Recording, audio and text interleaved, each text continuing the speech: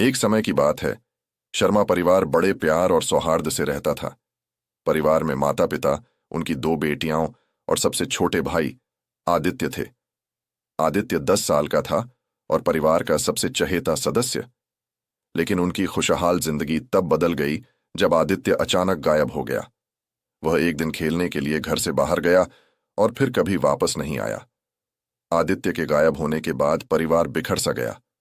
बड़ी बहन कृति हमेशा अपने भाई की खोज में लगी रहती।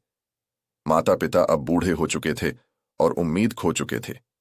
एक दिन कृति को अपने पिता की पुरानी अलमारी से एक चिट्ठी मिली। चिट्ठी में लिखा था, आदित्य तुम्हारे चाचा के पास है। जो तुमने देखा वह केवल एक दुर्घटना नहीं थी। कृति के पैरों तले जमीन खिसक गई। उसने हमेशा माना था कि आदित्य का गायब होना एक हादसा था, लेकिन यह चिट्ठी किसी साजिश की ओर इशारा कर रही थी। कृति ने तुरंत अपने चाचा मोहनलाल के पास जाने का फैसला किया।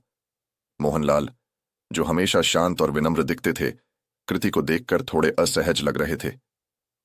चाचा, मुझे सच बताइए, आदित्य के बारे में क्या जानते हैं? कृति ने सीधे सवाल दागा। मोहनलाल ने घबराते हुए कहा, तुम्हें किसने कुछ बताया? ये सब तुम्हारी गलतफहमी है।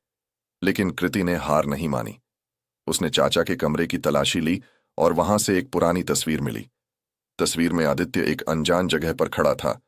तस्वीर के पीछे लिखा था, आदित्य, कानपुर, 2005। कृति समझ गई कि चाचा कुछ छुपा रहे हैं। उसने अपने पिता और पुलिस की मदद ली।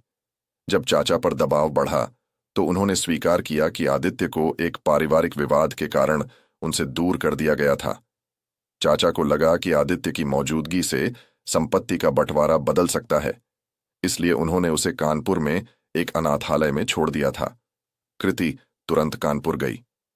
उसने कई अनाथालय खंगाले और आखिरकार एक जगह उसे 30 वर्षीय आदित्य मिला।